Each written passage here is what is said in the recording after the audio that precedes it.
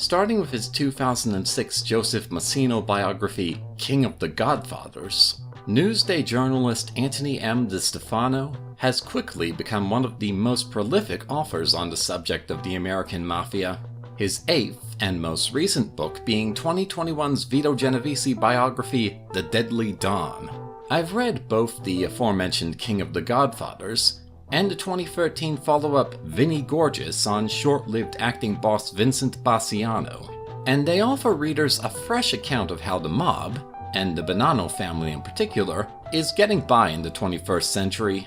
I've also listened to the audiobook of 2019's Gotti's Boys, and thought it was mostly an uninspired retread. 2017's The Big Heist is his take on the 1978 Lufthansa heist, a $5 million theft from JFK Airport by the Lucchese family associate Jimmy Burke, refreshed in public memory by Goodfellas, the 1990 biopic of Burke's lackey Henry Hill. Lufthansa made headlines again in 2014 when a former capo of the Bonanno family, Vincent Asaro, was caught in an FBI sweep and charged with participation in the heist. Asaro's first lawyer in the case jeeringly called it the sequel to Goodfellas, and it did indeed offer the promise of closure to a crime that saw none of the mobbed-up suspects seeing trial, in no small part because most of them were murdered. I considered The Big Heist to be the conclusion of an unofficial Bonanno family trilogy by DeStefano, even if Asaro's Borgata is somewhat out of focus in this book. It shares the same basic structure of King of the Godfathers and Vinnie Gorgeous. Introductory chapters set up the stage for a mob trial. The first half of the book tells the life and crimes of the book's subject, and the second half, give or take a few chapters, is a breakdown of the trial or trials they faced. There's also a progression in the overall story of the mob's decline, as well as that of mob prosecutions. King of the Godfathers sees Joseph Massino recode so hard he becomes the first New York boss to cooperate. Vinnie Gorgeous has the title character's career ended with 2 murder convictions, but the Justice Department comes up short when they try to impose the death penalty on him. And in The Big Heist, the washed-up brokester Vincent Asaro actually beat the rap. DeStefano's stated purpose in writing The Big Heist was to compile, quote, the definitive, and I think, final story about the crime. And in his introduction, he hints at a likely target audience when he says, Asaro's arrest was when, quote, an entire generation of millennials who weren't even born when the Lufthansa robbery occurred were introduced to the case. Without giving too much away, I grew up watching Robot Wars, playing The Sims 2, and getting soured on the Republican Party by George W. Bush. And I, personally, was disappointed to find DeStefano used Wikipedia as a source on the presiding judge in Asaro's 2015 trial. Other than that, it's okay. A decent summary of the whole affair.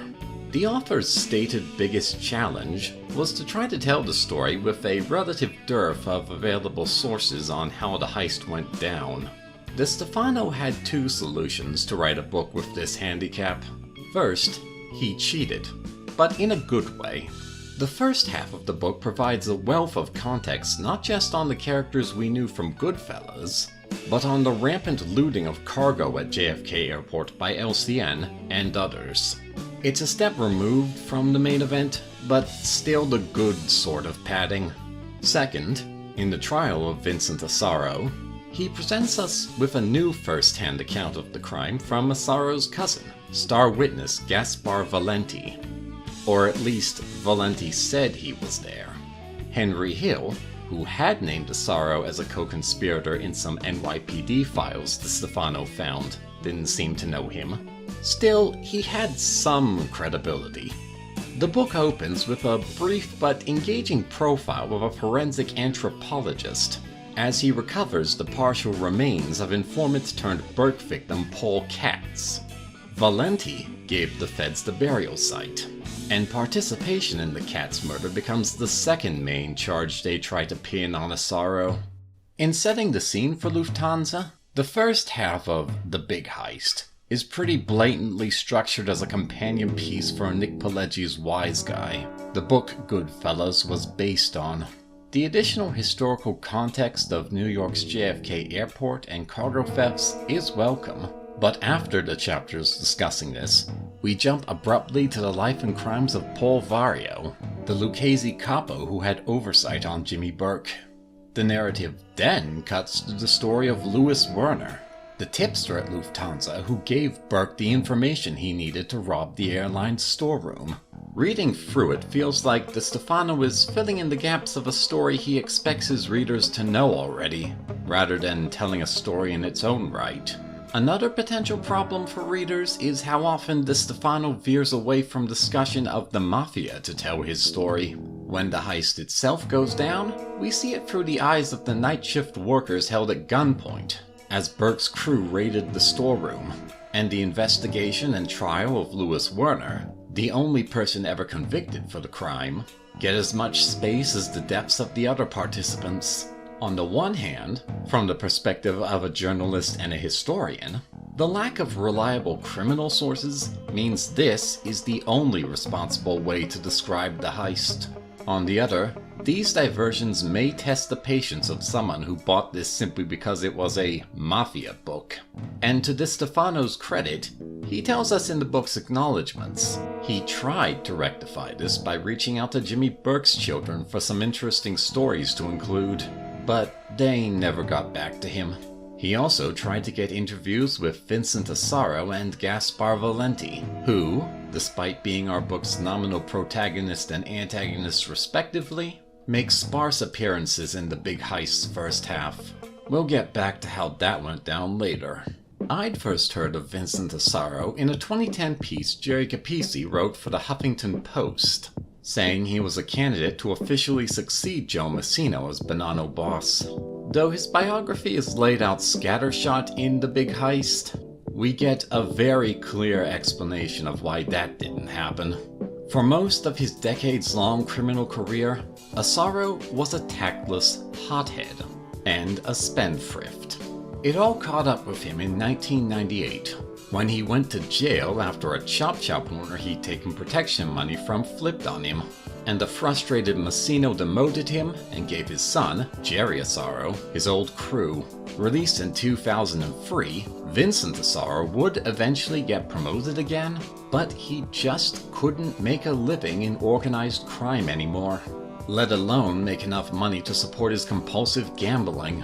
And in his conversations with Valenti, who he had a soft spot for, he's consumed by self-pity. When I call Gaspar Valenti our book's antagonist, I do so because he fills a role established by the other two books of this Bonanno trilogy.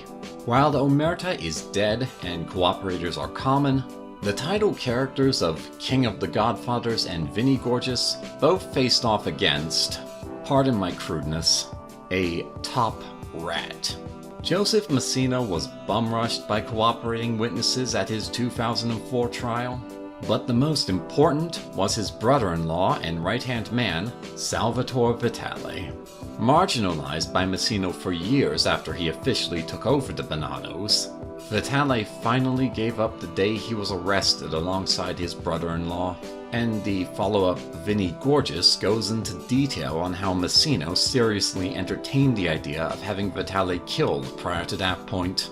Massino is, of course, the star witness in Vincent Bassiano's capital murder trial, and his testimony the climax of Vinnie Gorgeous. But I feel the real successor to the role Vitale played would be Bassiano's own protege, capo-turned-mob tuber Dominic Cicale.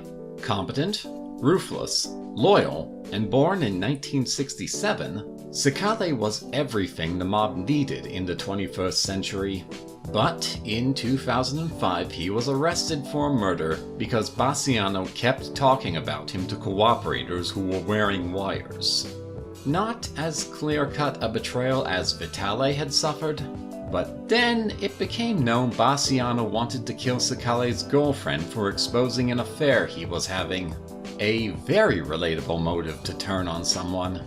Gaspar Valenti makes a poor follow-up act to these two.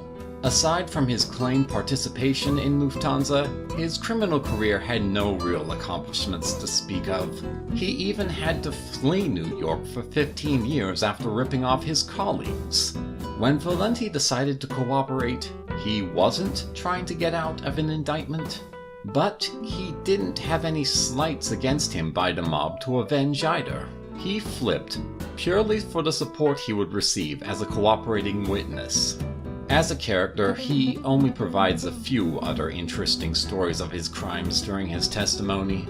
DeStefano wanted more, but in the acknowledgements, he tells us Valenti wouldn't give him an interview without getting paid. It reads as much as a rebuke as a necessary disclosure. DeStefano's summary of the trial is serviceable, but not necessarily compelling. It doesn't help that we already know the jury found the main witness an unreliable narrator. Readers of DeStefano's earlier books can at least get some bittersweet closure on Sal Vitale, who makes an appearance as the government's first witness against Asaro. However, this leads me to a question the Big Heist leaves unanswered. What the hell happened to Joe Massino? He was named as one of the main witnesses against Asaro in the indictment, and was attached to the case long enough to be denounced in the defense lawyer's opening statements.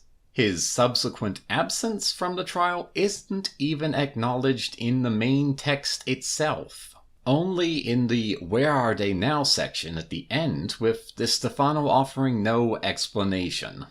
Anyway, after Asaro is acquitted, DeStefano gives us a rundown of possible pitfalls that could have doomed the prosecution's case.